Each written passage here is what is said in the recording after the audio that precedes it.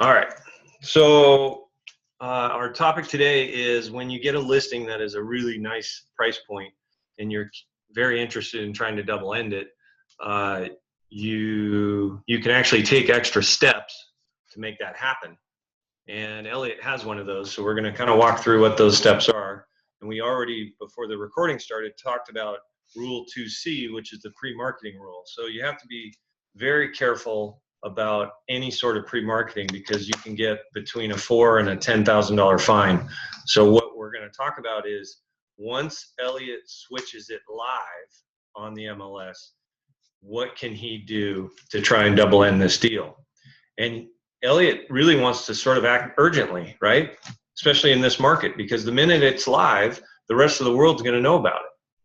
So let's brainstorm, and then we'll dig deeper into what and how to do these things. But what are some of the things that you would think of doing to look for buyers for your listing? Market to people that are in your database or searches that you've created of someone that is looking for something similar. Your own database, so that's Sphere, past clients, and new leads with similar criteria. Okay. What else? If the property's in your farm area, maybe drop a flyer to your farm. Right. So direct mail to that neighborhood. Even if it's not in your farm, Matt, you could do that, right? And we're going to come back to that because that is transaction multiplier. So we'll talk about what's a super neat tool that you have available to you, an efficient way to do that. All right. So direct mail, marketing to your Sphere and past clients. How about Craigslist? Who generates buyers out of Craigslist? I do, but it's on a live listing. That's what this is. I thought this was prior to it being live. No. I've tried to be very clear. I obviously was not. Once it is live, right? So now how does that change your thought process? It's all game. Everything's on whatever I can't think of the word, but it's anything goes. It's game on, right? And it's a race. So you want to act swiftly.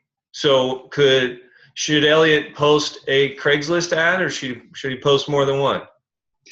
Tons of them. He bombed the crap out of it, right? Every market that they give you. Right. What about Facebook ads? Sure. What about Google PPC? Right. I'm a little saddened that you guys aren't thinking of these things because that means we haven't trained you very well. We generate 400 buyers a month using the exact same tools and systems every time. And you have these tools available to you today, right now, for free, and you don't know it. So I'm really glad we're doing this training because you could do these things to get buyers whether you have a listing or not, right? Absolutely. Hey, is it possible to maybe at a later session to go through some of these things in detail? Just how to set them up or... Absolutely. We're actually, we're doing a deep dive training on V4 and lead generation tomorrow for the new Edmonds office. And we'll do that same training in Bellevue. So stay tuned. We'll set that up because it's like software with any type of software, right? You buy software and you learn it enough to get rolling with it, and you end up only using like 5 or 10% of it, and that's okay because it's now helping whatever you bought it for that was not easy to do. That's what V4 is for most of the people in the office, myself included. I mean, I don't use it to its full capabilities, and I have the knowledge. I just don't have the time. So anyway, great question, Matt, and definitely we'll tee that up and give lots of notice so people can make a point of coming in, and we will get you rolling. Okay, so Craigslist ads, Facebook ads, Google PPC. Where else do buyers come from? Signs. Zillow. Sign calls, Zillow. Website. Videos. Right? Internet traffic. Yeah, if time allows, Ashley, we'll come to you, but the agenda's kind of full today. But I'll try and make sure we have time. So internet traffic. How about, let's think outside the box a little bit. If I could spell traffic. This is land. Who's his prospective buyer? Who's his avatar? Developers, contractors. Right. Where do those guys hide? SEBA, LoopNet. So that's commercial. There are development deals in there. So should he list these on SEBA and LoopNet? He could. Absolutely. Right? It's from the school of leave no stone unturned. Whatever gets exposure is not bad exposure, right? What's the old saying? Any PR is good PR? Anyway. I think that's a celebrity motto. Yeah. Even yeah. the negative PR is PR, right? Right? I called builders and developers directly and got on their list for sending them land or property development properties, and they give me the deal if they decide to put an offer in. I love that. That is awesome. Solicit builders directly. Right? Who's heard of the Master Builders Association? They were a client of mine. It's not a client. It's oh, yeah. I guess the whole organization, their headquarters, you had their phones? I did, yeah. Yeah, okay. But yeah, so great inroads there, right? And that ties into Scott's comment earlier, which is just go to the builders themselves. So the Master Builders Association is basically like our MLS, but for builders. So they all join up because they want to network and connect and learn and stay up on laws. It also can be a lobbyist organization if there's rules of in the works that could be detrimental to their businesses, that sort of thing. They have a website, Elliot. You can advertise your listing on the website. You can take it a step further and get their roster and solicit the builders directly, like what Scott was just mentioning, right? I would focus on the high-end builders, not there's builders that do plats and won't look at land if they can't at least get 10 houses on it. And then there's builders that like to build $3 million houses and they don't mind building them one at a time. You want the latter, right? Some of them have their own, programs when they set up a development that they have their own model house with their own people, but some of them, you bring them the deal, they'll give you the listing. So Yeah. like if you had land like Elliot does and they put 10 places on there, they might give you the list back. That's a double ender right there. That's right. That's right. So let's go back through the transaction multiplier because that's through V4, and I want to make sure Elliot knows how to use it. Have you used transaction multiplier before, Elliot? No. Okay. Do you know what it involves? Is that the 2x200 touch? Exactly. It's the countdown timer site. The 2x2x200 mailing, right? And do you have the link to get your listing into it? No? I'm sure if I were to look through the emails from Blake, I do. I used to just have it up on my nav bar, but I got a new computer, so let me... I may not be able to lay my hands on it. Yeah, I don't have that. But when you get it, forward it to me, please, because it goes right here. Because I use it all the time. And what it is a landing page for the rest of you where you literally can input your listing, your photos, your marketing remarks, and then that's what allows Blake to set up the countdown timer site and the mailings. Right, and then countdown timer, we're counting down to offer review. Are you doing a delayed review of offers? No, I wasn't planning on it. I would, so you have this opportunity. Plus, that does a couple things for your customer and you. Number one is it increases the chance of multiple offers, although on land, it may not work. But for you, it gives you the chance to have a countdown timer, which you wouldn't otherwise have. And it increases the chance of you, if you find a buyer, your buyer winning.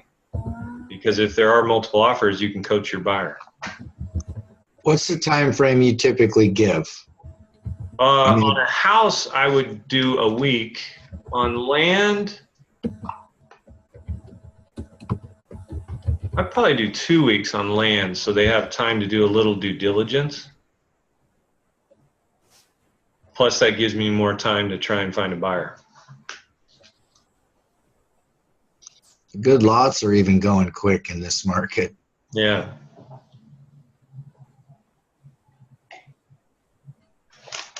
All right. So I really apologize that I don't have that transaction multiplier link.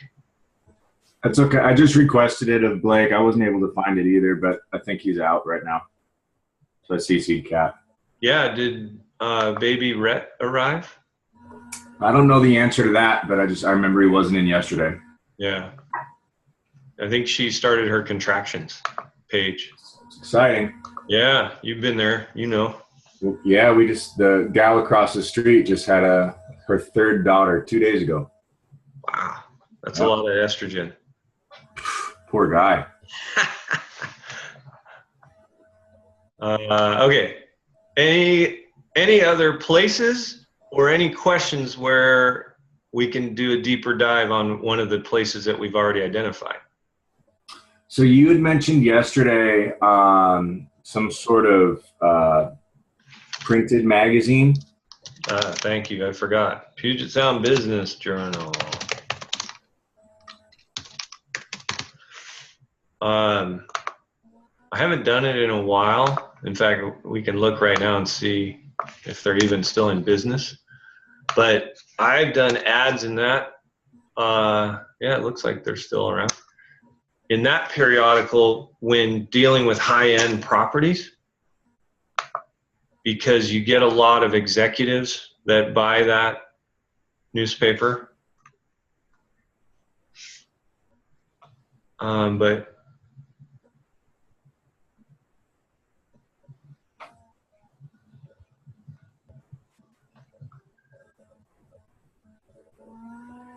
I would just research advertising in here and see if there's a way you can. Yeah, it's just not cheap, probably. Yeah. Hey, it's an $80,000 commission that he's trying to capture. So there are things that are worth doing. You just got to see what it costs.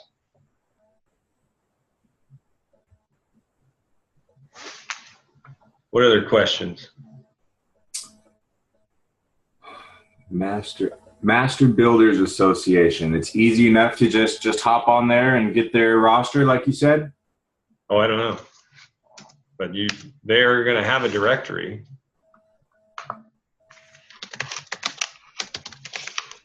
What are some things that Elliot can do that make his ads when he does PPC and other things more attractive?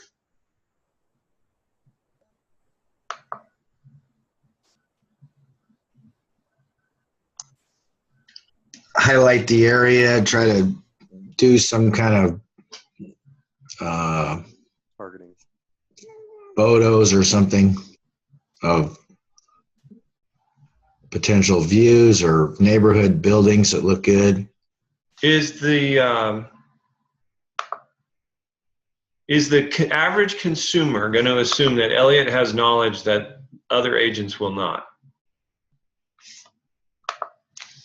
No, we're all the same. No, they're the average consumer. They think the listing broker is the way to go, right?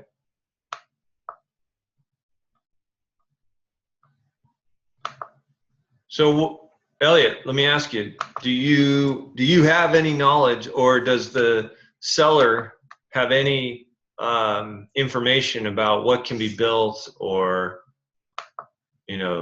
due diligence that's been done, or anything like that? No, not a lot of footwork's been done there. Like none.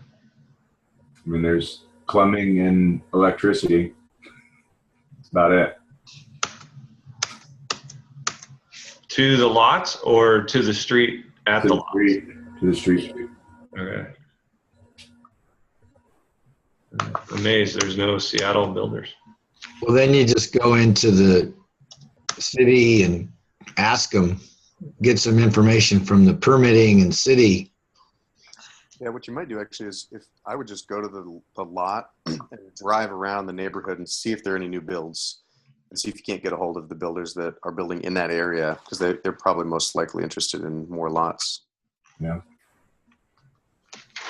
That's great advice. Solicit nearby new construction builders.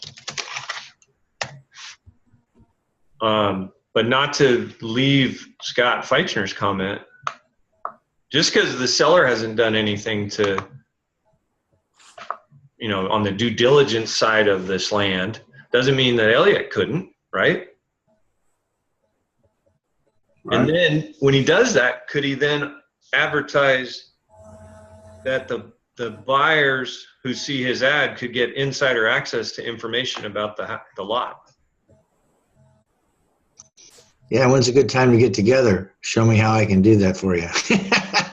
Well, that's what you say when they call, but wouldn't that make Elliott's ad more compelling? Yep. Right? And that would work for Craigslist, Facebook, and Google.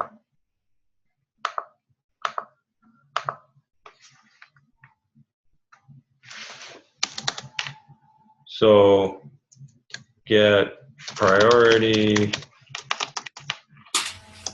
access to insider info about the lot.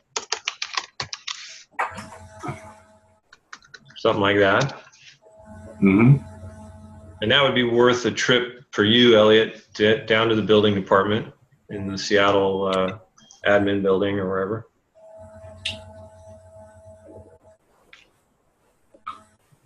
Downtown King County Courthouse building section. I can just look up that information and figure out where to go.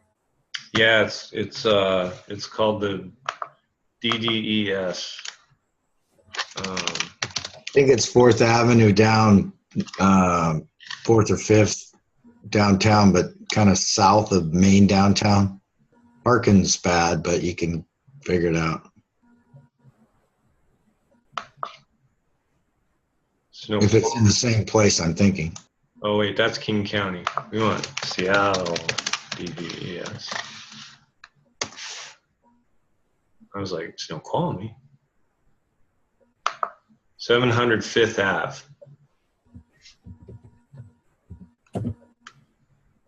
You write that down? Yeah, I'm Googling it right now too. I got it. Come to our visitors center. And I've been there a lot, and the best way to go is to get there like 15 minutes before it even opens, because they get packed.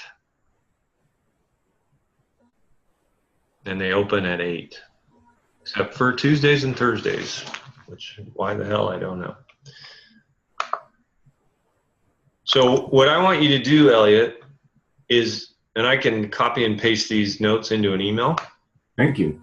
is I want you to take these notes, which is sort of a whiteboard brainstorming kind of thing, and I want you to put together the steps that you're going to take and email it back to me. All right. And it's not because I'm lazy and I want you to do that for me. It's because I want to force you to take the extra time right now and look at each of these and go, okay, when can I do them? How often should I do them? How do I do them? You know, when am I going to be able to do the research and get down to the building department, all that stuff? I want to do that before I start writing my ads so that I can make my ads talk about fast track access or priority access. You know, I want you to really think through the sequence and the steps, and then implement, man. Awesome. So what is this? Notes on double ending your. This is going to be Lincoln's college fund. For his master's. Right. All right. All right. Well, thank you. Absolutely. So any other questions before I stop the recording? No, I think that we've covered it. As long as tomorrow we will go into, you know, Facebook ads and pay-per-click and all these other things we talked about. I think you've done Absolutely. great service. And pay special attention to the transaction multiplier portion. Beautiful. All right, so let me hit stop.